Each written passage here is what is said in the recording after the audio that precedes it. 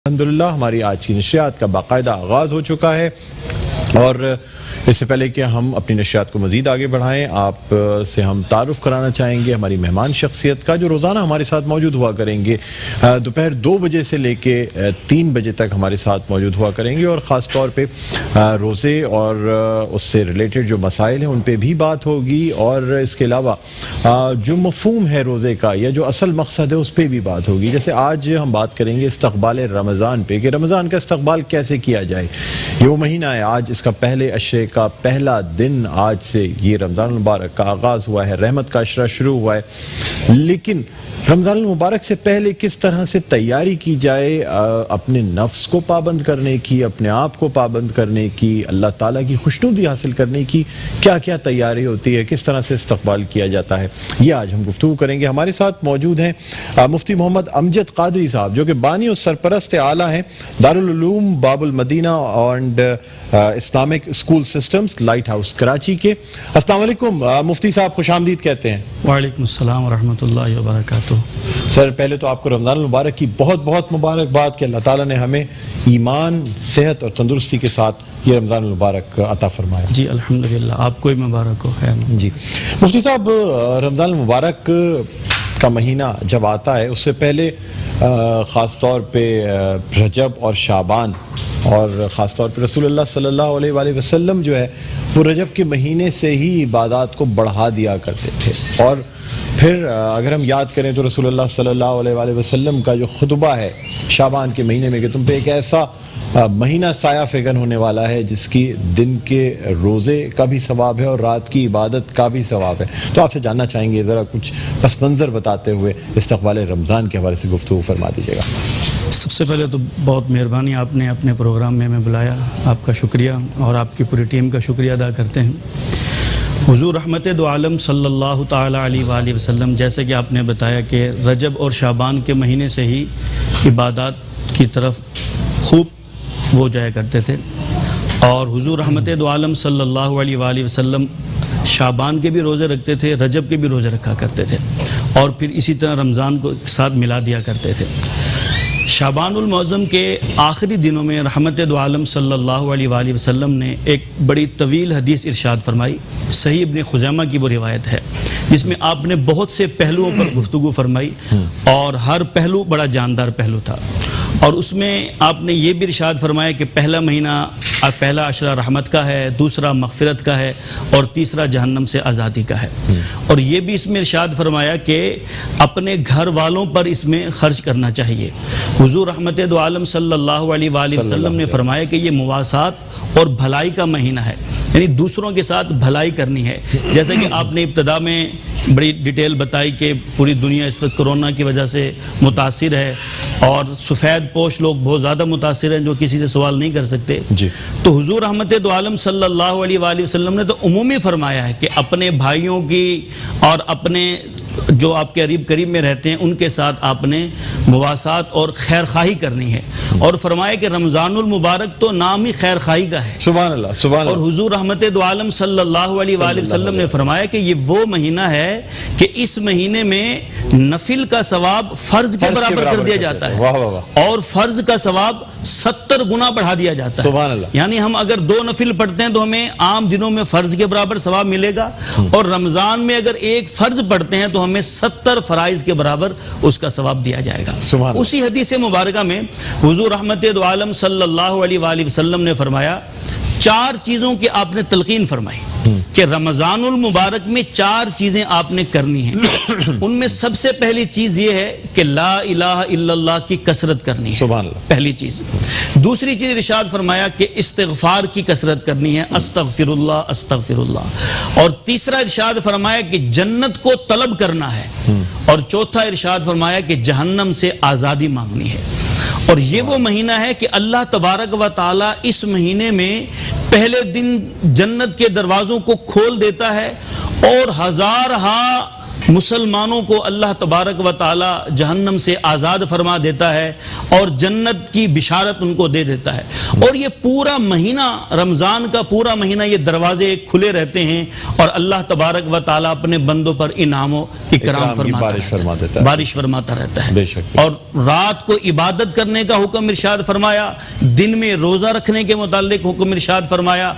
रात को क़ियाम की बड़ी फजीलत है और सलातुत तहज्जुद पढ़ते हैं, सहर व इफ्तार। बल्कि एक हदीस मुबारक में आका करीम सल्लल्लाहु अलैहि वसल्लम ने फरमाया कि इफ्तार के वक्त रोजेदार के मुंह में एक खास किस्म की बदबू पैदा हो जाती है, बू जिसे वो अल्लाह ताला को मुश्को अंबर, मतलब आप ये देखें कि वो उससे ज्यादा पसंद है। क्या वो अल्लाह तबारक व ताला को वो खुशबू इतनी पसंद है कि जिसकी कोई मिसाल नहीं है। सुभान अल्लाह। तो ये वो बरकतों और फजीलतों वाला महीना है कि अल्लाह तबारक व ताला इनाम और इकराम की बारिश नाजिल फरमाता है और सैकड़ों करोड़ों अरबों की तादाद में अल्लाह ताला लोगों को जहन्नम से। अच्छा सर, आपसे सवाल भी करना चाहूँगा और जाहिर सी बात है कुछ ऐसे लोग भी होते हैं जो यानी कहा यह जाता है कि बग़ैर किसी उज़्र के अगर रोज़ा छोड़ दिया जाए तो चाहे फिर एक इंसान पूरी उम्र ही रोज़ा क्यों ना रखता रहे, लेकिन वो एक जो बग़ैर किसी उज़्र के छोड़ा हुआ रोज़ा होगा उसका शायद कफ़ारा नहीं अदा हो सकता। क्या ये बात दुरुस्त है? जी जी, इस तरह का शरीयत मुतहरा में जहाँ रोज़ा रखने की फजीलत इरशाद फरमाई गई है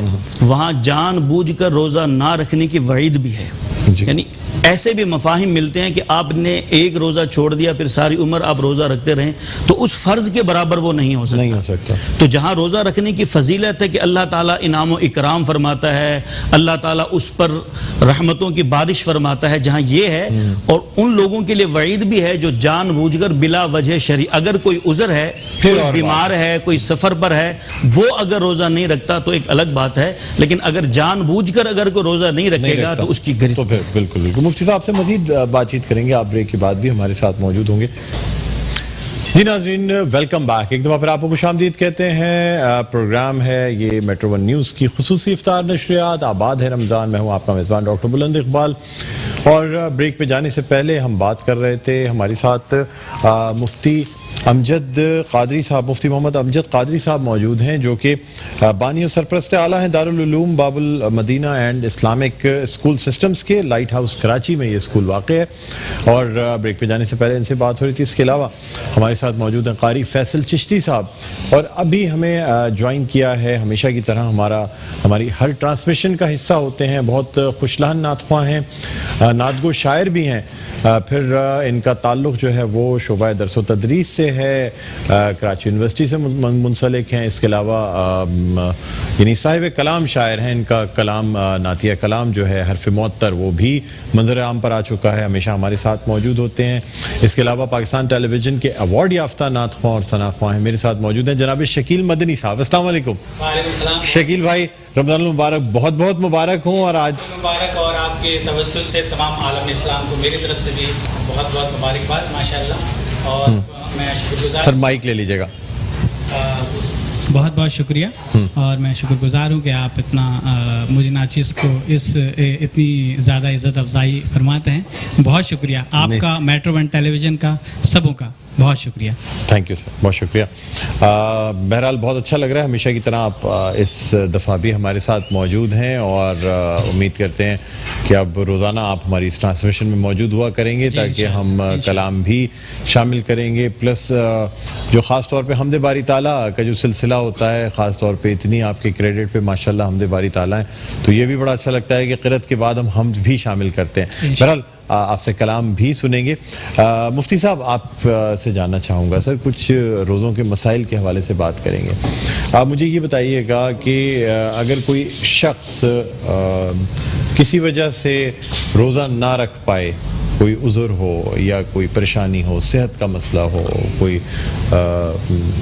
यानी ज़हनी एतबार से कोई मसला आ गया हो, ऐसी सूरत में क्या फ़िदिया जो है उसका वो क्या बनता है? देखिए, रोज़ा ना रखना कुरान करीम में है, व अलल्लज़ीना युतीक़ूनहु फ़िद्यतुन ताअमु मिस्कीन। रोज़ा ना रखने की चंद सूरतें होती हैं। बाज़ सूरतों में आपको फ़िदिया देना होगा और बाज़ सूरतों में आपको कज़ा करनी होगी। अगर बीमारी ऐसी है कि जो बिल्कुल दुरुस्त नहीं हो सकती, यानी उसको पता है कि रमज़ान मुबारक के महीने में वो बीमार है और ये बीमारी इसकी ख़त्म नहीं होगी, तो फिर ऐसे शख्स को तो कहा जाएगा कि आपने फ़िदिया देना है। और एक रोज़े का फ़िदिया जो है वो सदका फ़ितर के बराबर होता है। जैसे उमूमन हम 100 रुपये एक फ़ितरा देते हैं, तो एक रोज़े का भी फ़िदिया 100 रुपया ही बनेगा। एक बात। दूसरी बात ये कि आम नॉर्मली कोई बीमारी आ गई, डॉक्टर ने कह दिया भी आपको गुर्दे का मसला है, लिहाजा आप रोज़े नहीं रखेंगे। आपने रमज़ान के महीने में रोज़े नहीं रखने। अब रमज़ान के बाद जब आप सेहतयाब हो जाएंगे तो अब आपको उसकी कज़ा करनी है, उसका फ़िदिया नहीं देना। यानी हर बीमारी पर आपने अगर रोज़ा नहीं रखा तो उसका फ़िदिया नहीं है। फ़िदिया सिर्फ उसी बीमारी पर है कि जिसमें आपको यकीन हो कि आप सेहतयाब नहीं हो सकते, तो फिर आप उसका फ़िदिया देंगे। और उसमें भी ये है कि आपको डॉक्टर ने कहा कि आप सेहतयाब नहीं हो सकते, आपने उसके फ़िदिया अदा कर दिया। यानी कोई ताउम्र अगर कोई बीमारी लग गई है जो कि चलती रहेगी सारी जिंदगी, तो जी तब फिदिया देंगे, अगले रमजान तक लगे कि आप सेहतयाब नहीं हो सकते? नहीं, जब आपको देखे ना, मतलब सर अगर कोई भी ऐसी बीमारी है ऐसी हो गई, वो लग रहा उस वक्त के शायद आप सेहतयाब ना हो सकेंगे, अल्लाह ताला की ज़ात है, शिफा हो गई और इंसान को शिफा मिल गई, ठीक हो गया, तो फिर क्या? बड़ी बड़ी बीमारियां सर मौजज़े होते हैं, अल्लाह ताला शिफा देता है, तो फिर उस सूरत में क्या करना चाहिए? फिर उसकी क़ज़ा करनी चाहिए। हाँ, जो अगर आप सेहतयाब हो गए ज़िंदगी में तो फिर आपको उसकी कज़ा करनी पड़ेगी। क़ज़ा करनी पड़ेगी, कज़ा करनी, चाहे आपने फिदिया दे भी दिया हो, जब फिदिया दे भी दिया होगा फिर भी आपको उसकी कज़ा करनी होगी।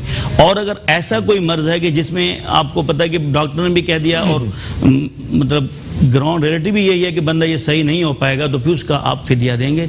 एक रोज़े का एक सदका फितर होता है उसमें। अच्छा, ऐसे लोग बाज़ दफ़ा ये भी होता है कि कोई बहुत मुशक्क़त वाला काम कर रहे हैं, ये कोई ऐसी चीज़ है कि उनको लग रहा है कि बड़ा स्ट्रेन पड़ना है, बड़ी मेहनत करनी है, तो लोग कहते हैं कि यार चलो कल का रोज़ा छोड़ देता हूँ, क्योंकि जाहिर सी बात है एक भारी काम है, मेहनत बहुत करनी है, रोज़े को पूरा करना शायद मुश्किल हो जाए, तो इसलिए बेहतर ये है कि कल का रोज़ा छोड़ देता हूँ, आगे दिनों में गिनती पूरी कर लूँगा। ये बात जायज़ है या नहीं है?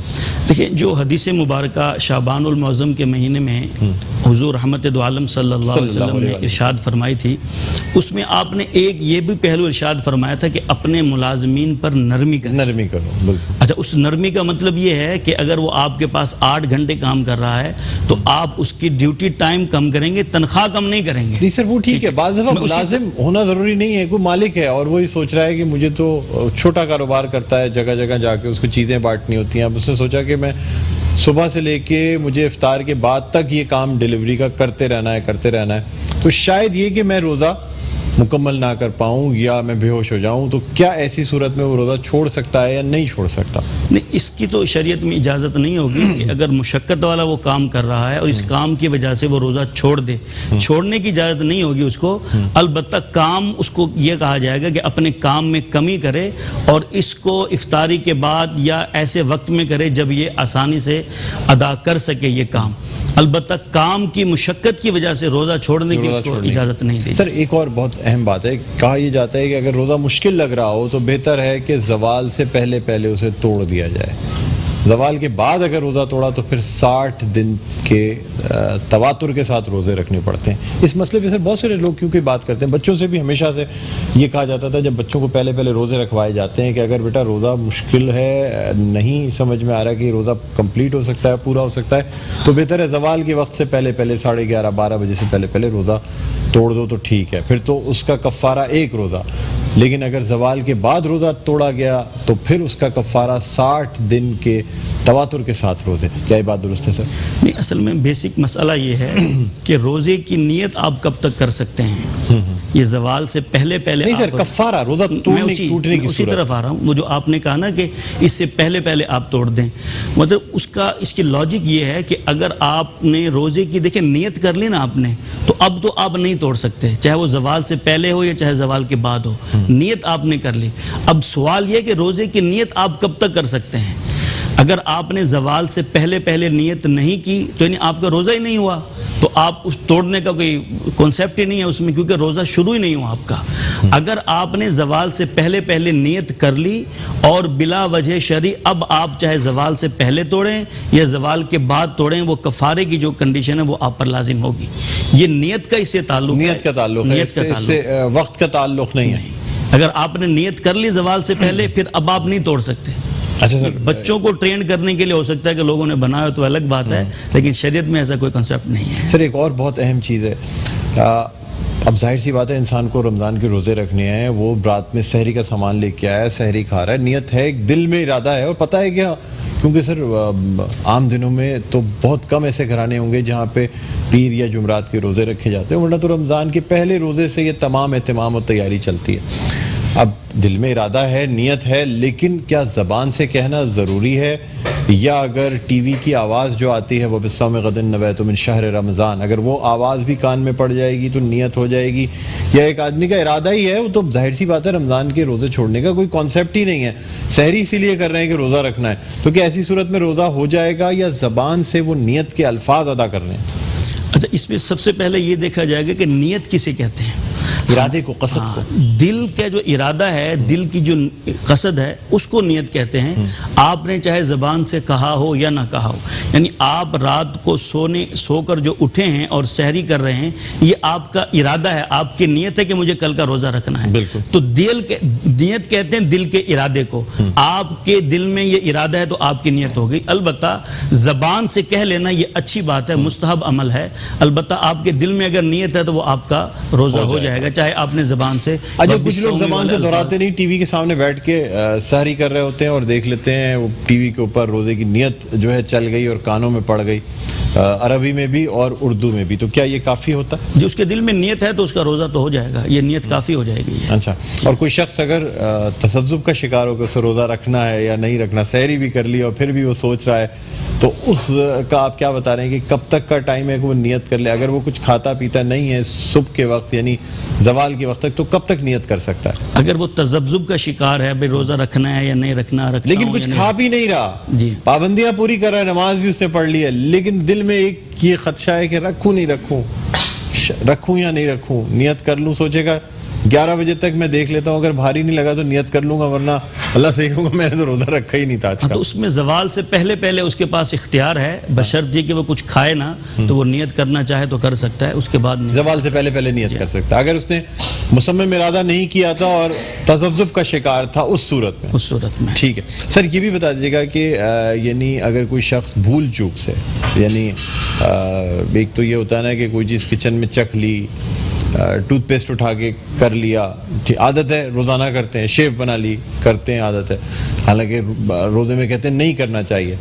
सर ऐसी कोई अगर कोई एक गिलास पानी पी जाए और उसको नहीं अंदाज़ा हो, याद ही ना रहा हो, एक रूटीन में आके वो सुबह उठ के इंसान गया पानी पी लिया, तो क्या बेध्यानी में या बग़ैर कसद के, बग़ैर इरादे के, गैर इरादी तौर पे अगर ये काम हो गया तो क्या रोज़ा कायम रहेगा या नहीं रहेगा? इसकी लिमिट क्या है?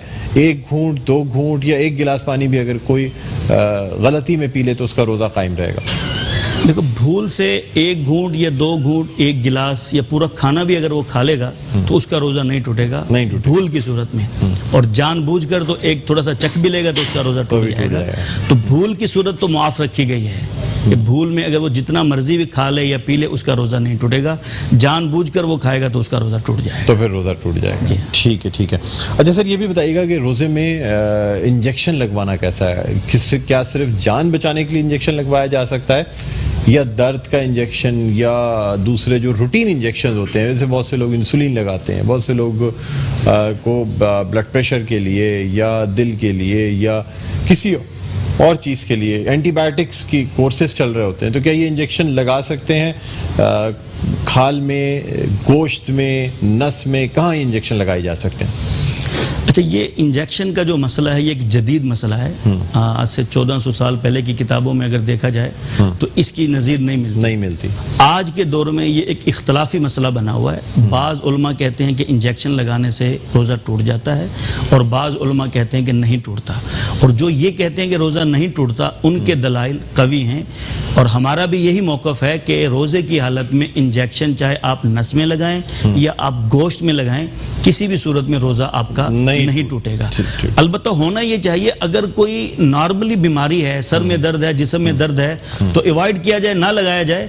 और मेजर कोई प्रॉब्लम है, डॉक्टर कहते हैं भाई आपको रोज़ा तोड़ना पड़ेगा वरना आप इंजेक्शन लगा लें, तो फिर रोज़ा तोड़ने की तरफ ना जाएं, इंजेक्शन लगवा लें। तो इस तरह आपका रोज़ा भी बरकरार रहेगा और आपका इलाज भी हो जाएगा। बहुत खूबसूरत आपने जवाब दिए हैं मुफ्ती साहब, और अब तो आप रोजाना हमारे साथ मौजूद होंगे, तो आपसे हम सवालात भी जानेंगे। नाज़रीन, अगर आप हमें कॉल करना चाहें तो कॉल का नंबर भी आपको देंगे। आज चूंकि पहला प्रोग्राम था तो हमने सोचा कि कुछ अपनी नॉलेज में इजाफा किया जाए, मुफ्ती साहब से सवालात पूछे जाएं, लेकिन आने वाले प्रोग्रामों में आप कॉल कर सकते हैं मुफ्ती अमजद कादरी साहब से, बताते खुद बराह रास्त इस प्रोग्राम में शामिल होकर सवालात कर सकते हैं मसाइल के हवाले से, रोज़े के हवाले से। लेकिन बहरहाल मुफ्ती साहब बहुत बहुत शुक्रिया, आप तशरीफ़ लाए हैं। नाज़रीन।